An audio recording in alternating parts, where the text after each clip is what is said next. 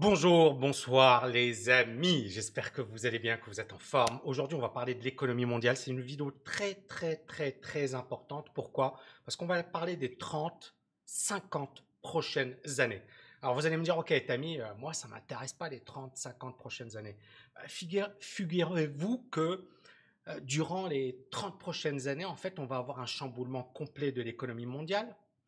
On va avoir des industries qui vont disparaître, on va avoir de nouvelles technologies, on va avoir une accélération, on va avoir de nouvelles puissances économiques.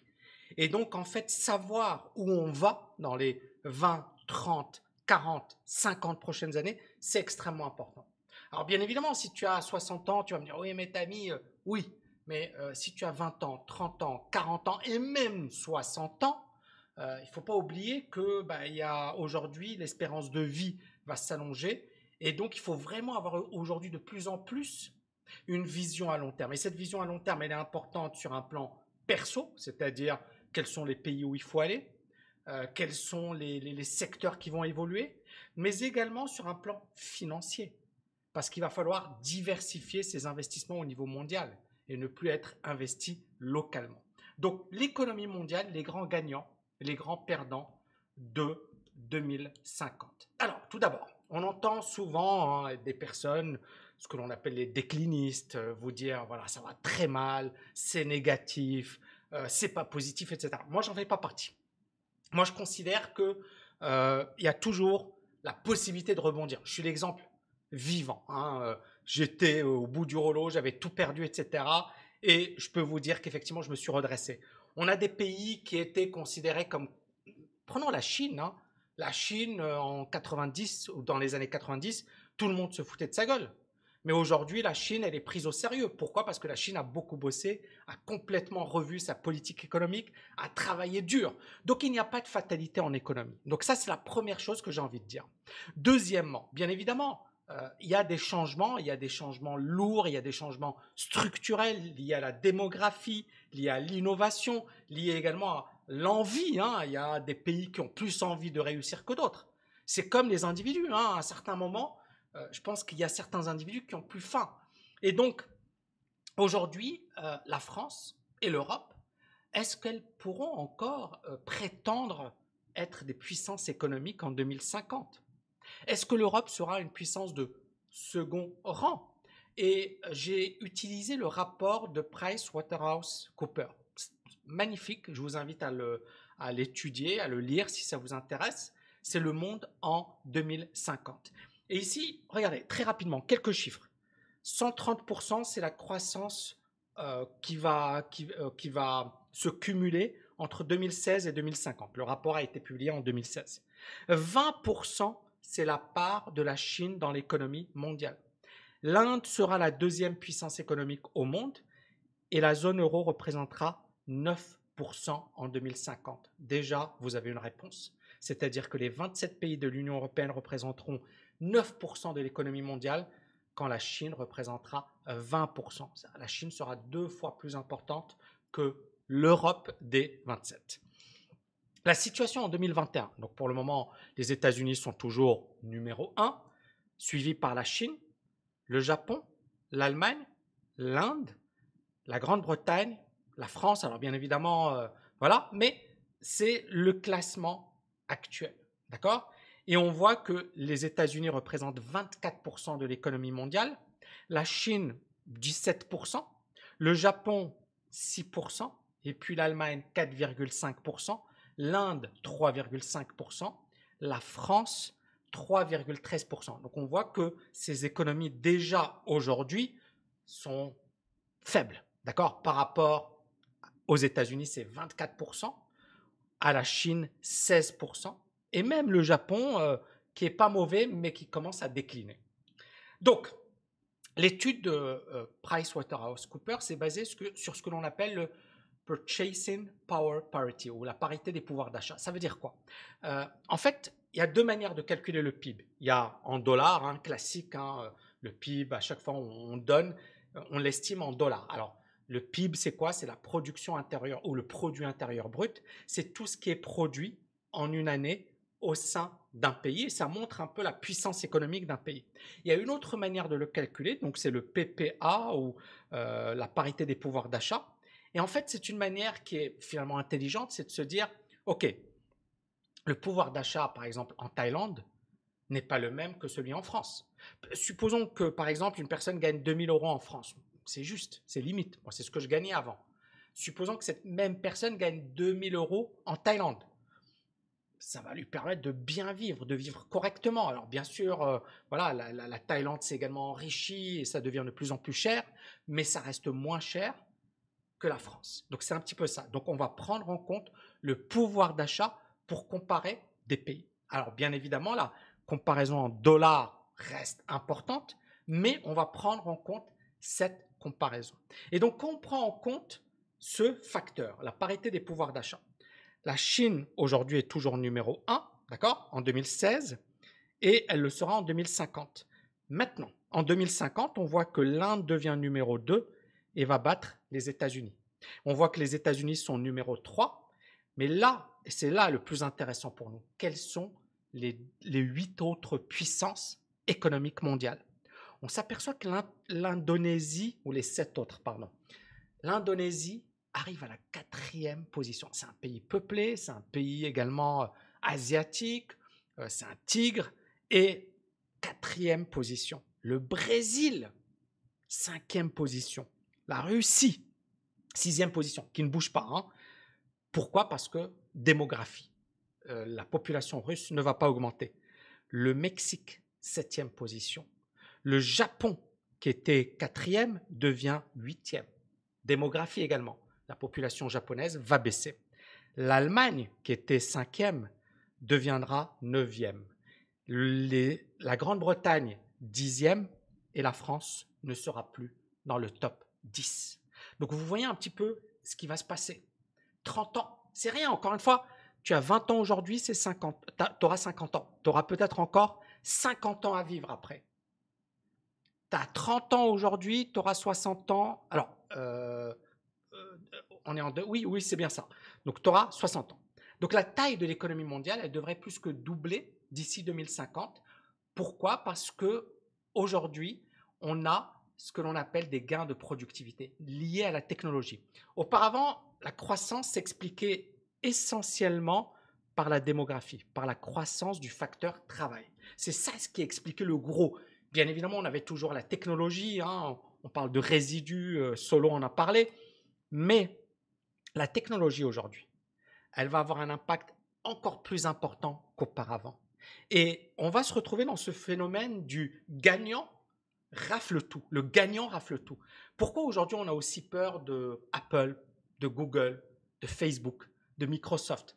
Parce que ces boîtes aujourd'hui sont en quasi-monopole. Et ces boîtes accaparent tout. Et ces boîtes aujourd'hui sont indétrônables. C'est pour ça qu'on en a peur. Et donc, la technologie va pousser la croissance encore plus fort. Deuxième point important, les pays émergents, le E7, vont croître 2 fois plus vite que les économies avancées, le G7 en moyenne. Et 6 des 7 plus grandes économies du monde seront des économies émergentes en 2050, avec en tête la Chine, l'Inde, l'Indonésie, etc. On vient de l'étudier. Donc vous voyez, il y aura un chamboulement total au niveau de l'économie mondiale. Et si aujourd'hui tu as 20 ans, 30 ans, tu dois maîtriser ces économies et tu dois peut-être te dire, je vais travailler là-bas, ou je vais faire un stage là-bas, ou je vais exercer quelque chose là-bas, ou je vais mieux maîtriser ces pays parce qu'il y aura du business avec ces pays, parce que ce seront les plus grosses économies de la planète. Les États-Unis, 3e position mondiale en 2050, et la part de l'Union européenne à 27 pourrait passer sous la barre des 10%, c'est-à-dire que ça en ferait une économie de second rang, une puissance de second rang. L'Europe qui dominait le monde, qui ensuite a été dépassée par les États-Unis, va encore céder des places. Et on voit encore une fois l'urgence qu'a l'Europe de se réveiller, parce que finalement le monde avance très très vite, et l'Europe est en train encore une fois de se perdre dans des débats stériles, au lieu finalement de travailler, parce que c'est ce que font d'autres grands pays émergents. Et le Royaume-Uni sera à la 10e place mondiale, mais la France va quitter le top 10 en 2050 et l'Italie va quitter le top 20. Pourquoi? Parce qu'ils seront dépassés par des économies émergentes à croissance plus rapide comme le Mexique, la Turquie. La Turquie va devenir également une grosse puissance, le Vietnam. Et c'est intéressant, je vais revenir dessus juste après.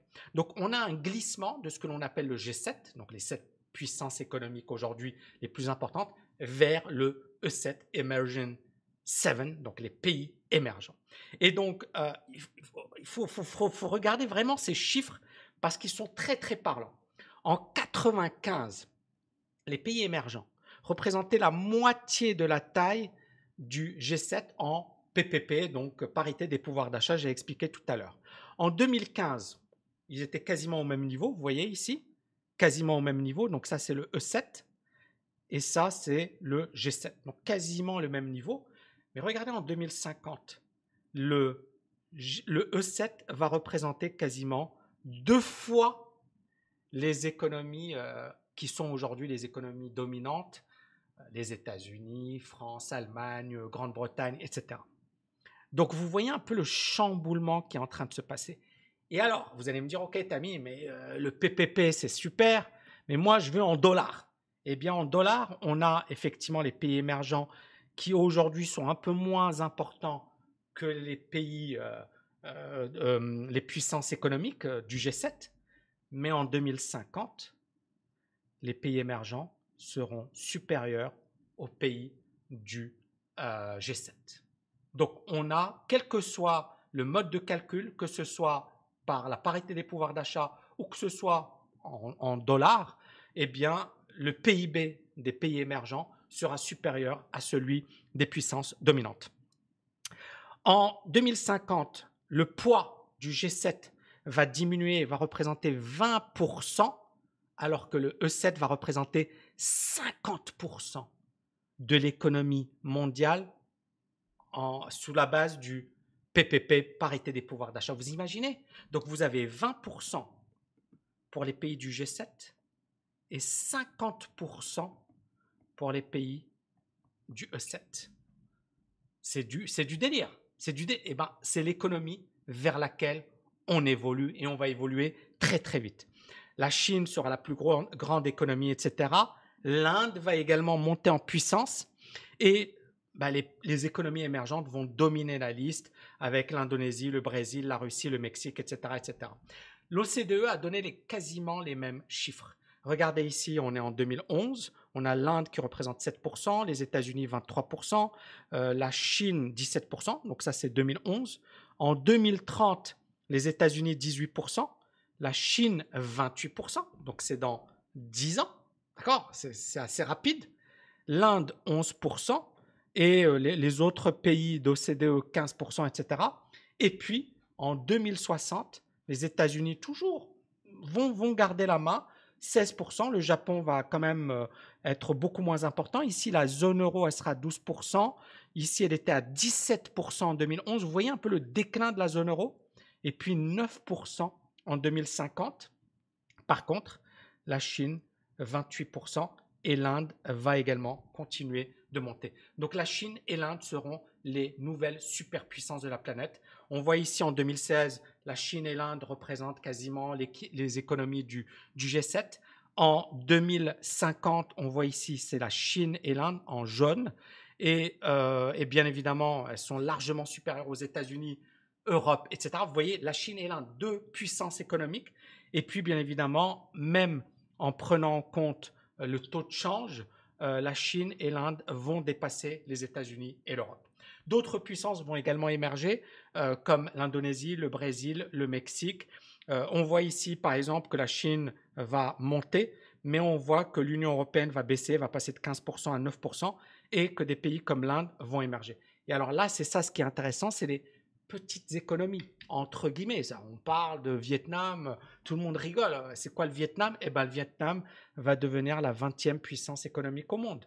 Les Philippines, 19e. Le Nigeria, 14e économie mondiale.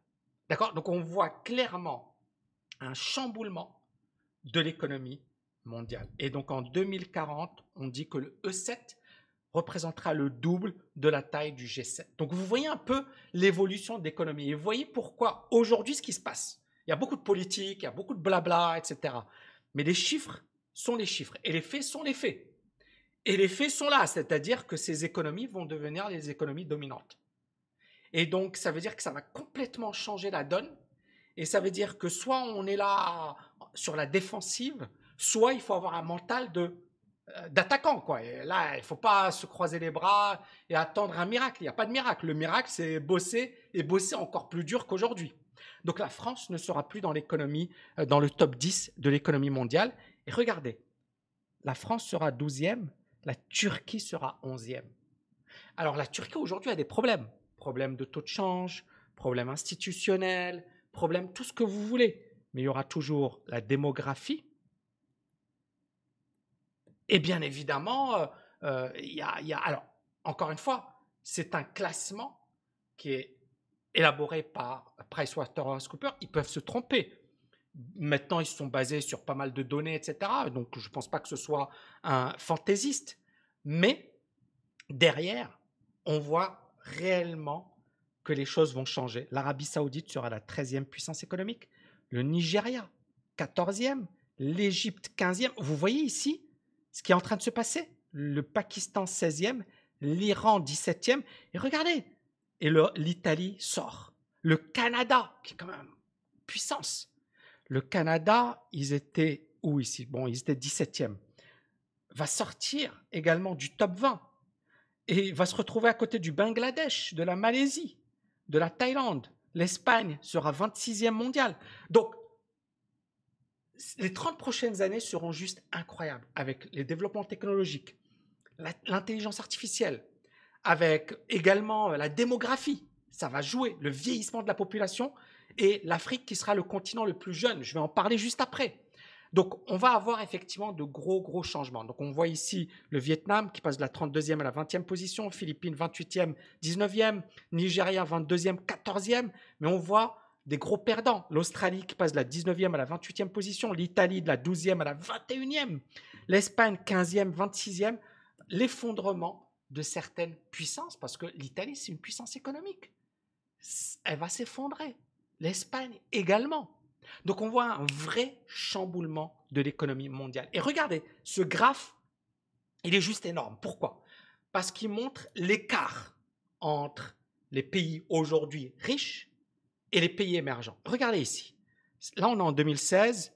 Bon, on peut dire que E7, d'accord, équivalent à G7. Ah, ils sont quasiment au même niveau. Super. Mais regardez ce qui s'est passé ici. Vous avez là la croissance et vous avez ici ce que l'on appelle un écart ou un gap. Et le gap, il est juste explosif. Alors là, c'est en parité des pouvoirs d'achat, mais en dollars. Regardez ici, à partir de 2030, les économies du E7 représenteront le même PIB ou auront le même PIB que les pays du G7, mais après, on a un écart qui va se creuser de plus en plus. Donc c'est véritablement, on est en train de rentrer dans une nouvelle économie et les choses vont s'accélérer de manière incroyable dans les prochaines années. Quel que soit le mode de calcul du PIB, la France va sortir du top 10. Donc j'ai mis ici effectivement deux sortes de calculs. Alors, parmi vous, je sais qu'il y a beaucoup d'Africains et il y a beaucoup de personnes qui sont également intéressées par l'Afrique. L'Afrique, ça a été un petit peu le continent voilà, pauvre du XXe siècle. Ça a été le continent qui s'en est pris plein la gueule. C'est le continent qui a le plus souffert. C'est le continent qui a... Bref. Et c'est vrai que l'Afrique, on tarde à avoir les progrès, on tarde à voir l'évolution. Et finalement, il y a ce pessimisme, cet afro-pessimisme. Mais est-ce que l'Afrique va toujours rester finalement larguée? Eh bien, je vais vous présenter les grandes lignes. L'Afrique sera sans doute le continent du 21e siècle. Bien sûr qu'il y aura des challenges énormes sur le plan des institutions, démocratie, droits de l'homme, santé, sécheresse, approvisionnement, etc., etc., etc. Mais il y a également les nouvelles technologies, mais il y a également les progrès de la science, mais il y a également le fait que bah, l'Afrique aujourd'hui, il y a de plus en plus de gens qui sont positifs, de plus en plus de gens qui sont optimistes et de plus en plus de gens qui voient l'avenir de manière sereine. Alors, tout n'est pas parfait, mais c'est le continent de demain. Et regardez ici, l'Afrique va voir sa population passer de 900 millions d'habitants à 2,4 milliards en 2050. C'est énorme. Et il y aura la moitié des enfants de la planète qui seront en Afrique en 2100. Ça veut dire que quasiment, voilà, la population mondiale, la moitié des enfants seront en Afrique. Donc, je vous laisse imaginer ce que cela veut dire. Donc, c'est l'Afrique, c'est le continent de demain. C'est un continent qui va de plus en plus être convoité. C'est un continent où tout est à faire, mais c'est également un continent où il y a, bien sûr, énormément de challenges. On voit ici le classement au niveau de la population mondiale. En 2017, il y a le Nigeria qui compte 206 millions. C'est le seul pays africain dans le top 10 mondial. Regardez à présent 2100, donc prévision. L'Inde sera numéro 1, le Nigeria 791 millions d'habitants. Le Congo, République démocratique du Congo, 246 millions d'habitants. L'Éthiopie, 223. L'Égypte, 200 millions. La Tanzanie, 186 millions. On aura 5 pays africains parmi les pays les plus peuplés au monde. Alors bien évidemment, ça veut pas, c'est pas suffisant. Eh ben, l'économie va également booster. Regardez, ça c'est des prévisions du FMI, de l'OCDE et des Nations Unies. En 2100, où va se situer l'Afrique? Alors vous avez l'Europe qui, regardez, en 1980, l'Europe représentait 33% de l'économie mondiale. 33%. Les États-Unis, 25%. C'est ça ce qui est incroyable, c'est que l'Europe était plus riche que les États-Unis. L'Europe a gâché, et il faut le dire, a gâché ses chances. C'est-à-dire que l'Europe avait vraiment pas mal de choses à jouer et l'Europe était, encore une fois, vraiment, voilà, statut de puissance et ils ont mal géré. Alors bien sûr, je fais pas partie des gens qui sont pessimistes, mais pour le moment, les chiffres ne sont pas positifs. Alors, en 2100, l'Europe représentera 7% de l'économie mondiale. Les États-Unis, 9% de l'économie mondiale. La Chine, 14% de l'économie mondiale. Et alors l'Afrique, 14% de l'économie mondiale. Et vous avez l'Inde qui sera numéro 1 avec 23% de l'économie mondiale. Et bien évidemment, les autres pays asiatiques, 17%, les autres pays asiatiques, 9%. Donc on voit que l'Asie est costaud, hein, parce que vous avez l'Inde, vous avez la Chine, d'accord? Vous avez les autres pays émergents en Asie, other emerging non-Asia, c'est-à-dire l'Amérique latine, etc. Donc, l'Afrique sera plus puissante que l'Europe à la fin du siècle. Alors, bien évidemment, je ne serai pas vivant, beaucoup parmi vous ne seront pas vivants, mais peut-être que nos enfants, nos petits-enfants verront ça. C'est ça ce qui est dingue. Donc, alors déjà, j'espère que vous avez kiffé cette vidéo. N'oubliez pas de liker, de partager, etc. Je pense qu'aujourd'hui, on est vraiment à la croisée des chemins. Et je pense qu'aujourd'hui, pour moi, il faut véritablement avoir un mindset orienté action. C'est-à-dire que les choses vont aller de plus en plus vite, qu'on va avoir aujourd'hui de plus en plus de problèmes, et que pour véritablement réussir, il va falloir effectivement se bouger. Et c'est le meilleur moment pour agir massivement sur son avenir financier. Et c'est la raison pour laquelle je vous invite à participer à la masterclass tami.net/LFA sur laquelle je vais répondre à énormément de vos questions. J'espère que vous avez kiffé cette vidéo. N'oubliez pas de la liker et de la partager. Je vous dis à bientôt. Ciao, ciao, ciao.